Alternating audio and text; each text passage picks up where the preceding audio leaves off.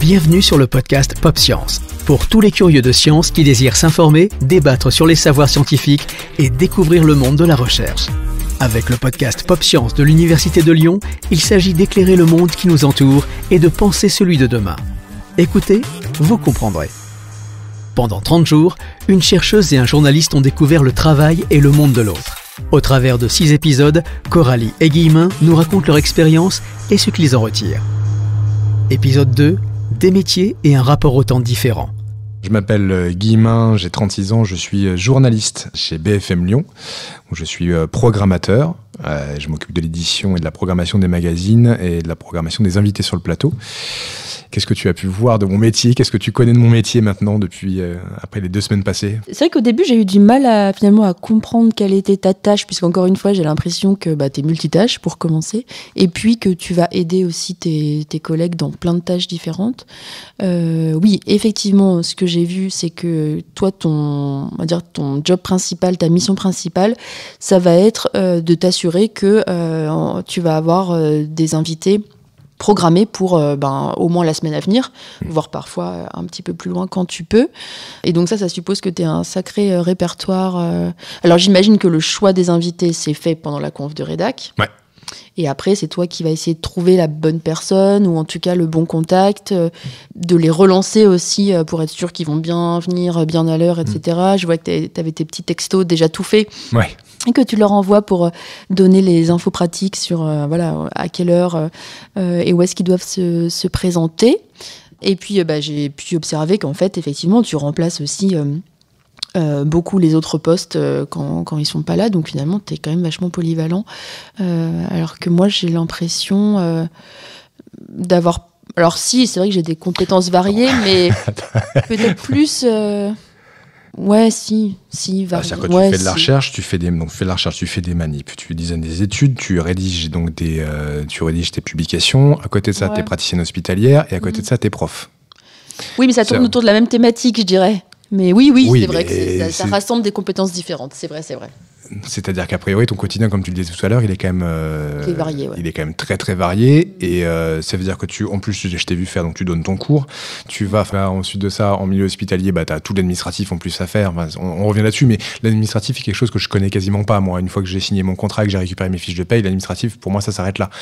Toi, ton travail, il y a beaucoup ça.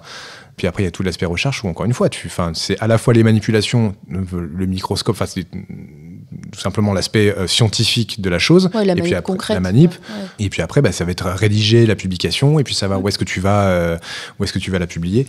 Donc non, c'est pas la même chose. Oui, parce qu'on l'avait pas dit. Donc oui, toi tu fais, si j'ai bien retenu. On va voir. Sur ton dernier outil de recherche, sujet de recherche, tu étudiais la réponse mécanique des végétations, c'est-à-dire des endocardites infectieuses à staphylocoque doré. Oui, en fait, c'est une complication d'une infection sanguine à staphylocoque doré. Une des complications, c'est que ça vient de se mettre sur les valves cardiaques et grossir, enfin se développer, se multiplier, et du coup former cette espèce de masse qu'on appelle une végétation. Et du coup, effectivement, une fois qu'elle est, sur la valve cardiaque, ça va gêner les battements cardiaques, et puis ça peut, comme tu l'as dit, partir dans la circulation sanguine et aller se greffer ailleurs. Donc c'est une maladie très grave, et c'est ce sur quoi je travaille. Ouais. L'objet, c'est quand même de comprendre un peu mieux cette pathologie. Et donc là, on travaille en collaboration typiquement avec une équipe de physique de l'ENS. Donc ça, c'est chouette parce que du coup, ça nous permet de s'ouvrir à un monde complètement différent et de créer une espèce de synergie entre chercheurs pour comprendre cette pathologie. Ouais, une bêta étamine de microlitres. Ouais, en fait, t'as juste quelques bactéries là-dedans, du coup, dans tes 2 microlitres. Ah, tu rigoles? Ouais, beaucoup plus, du coup. Je vais mettre 4000 bactéries. Ah ouais, d'accord. 4000 bactéries, c'est fou. Tu vois, tu disais que ton métier était vachement routinier. Alors, c'est ton poste qui est hyper routinier, mais sinon, le métier de journaliste, justement, j'ai découvert, pour moi, journaliste, c'était genre un job. Mais en fait, c'était très naïf de penser ça, puisque t'es journaliste et tu fais pas du tout la même chose que ta collègue qui est présentatrice télé, que l'autre qui est éditeur, que ceux qui sont les fameux JRI, journalistes et reporters d'image. Et même au sein de ces JRI, il y en a une qui a son Mac Santé, l'autre qui va couvrir des faits divers, etc. Je trouve que c'est des... vous passez pas les mêmes journées, quoi. C'était manifestement un préjugé que j'avais aussi.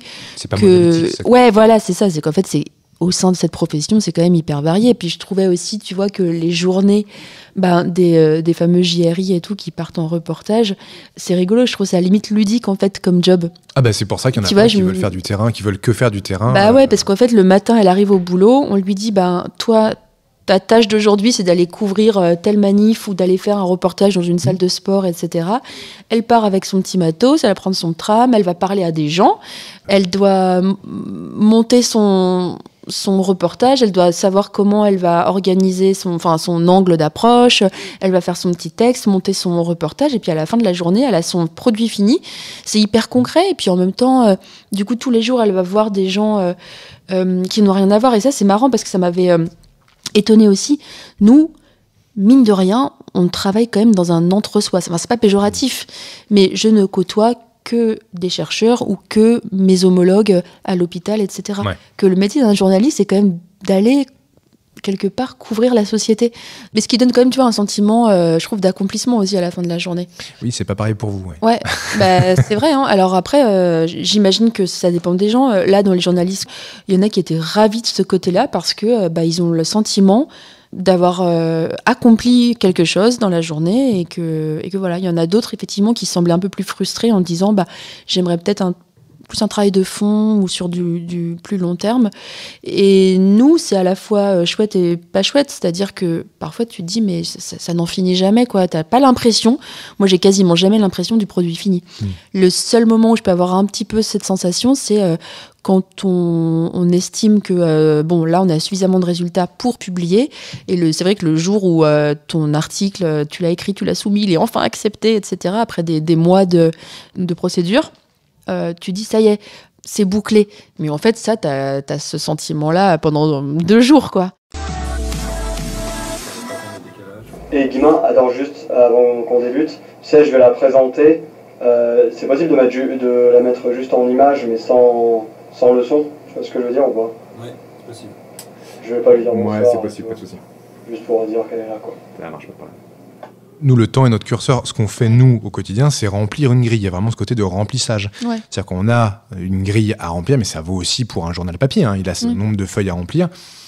Donc, en fait, une fois qu'on a tout rempli et qu'on a fait quelque chose de joli en le remplissant, on est très content. C'est de là que vient ce sentiment d'accomplissement et de la tâche effectuée.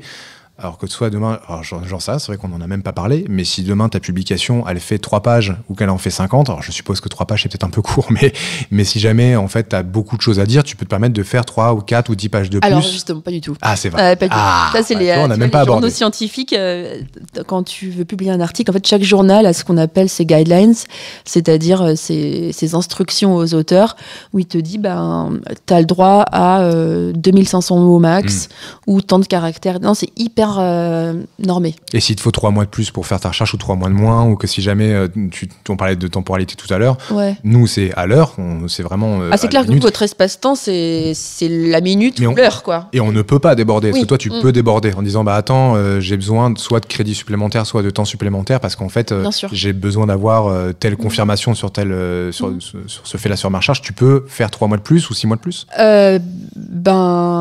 Oui, après c'est une question de financement, hein. C'est-à-dire que quand t'as plus personne à payer, tu peux pas. Mais effectivement, en fait, nous, on fonctionne bizarrement pas vraiment avec la notion de temps. Enfin, je me dis pas souvent, là, la deadline, elle est... Enfin, oui, on travaille... Si, bien sûr, on travaille à la deadline, mais c'est des deadlines de l'ordre de quelques mois ou de quelques années.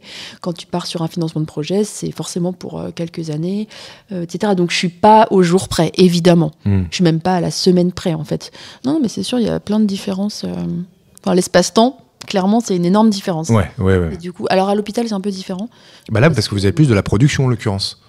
C'est-à-dire qu'il y a... Ouais, il y a un attendu qui est pas de l'ordre de quelques mois ou quelques années, mais plutôt de quelques heures à maximum quelques jours. Ouais. Moi, je dois, dans un média, je dois remplir une grille.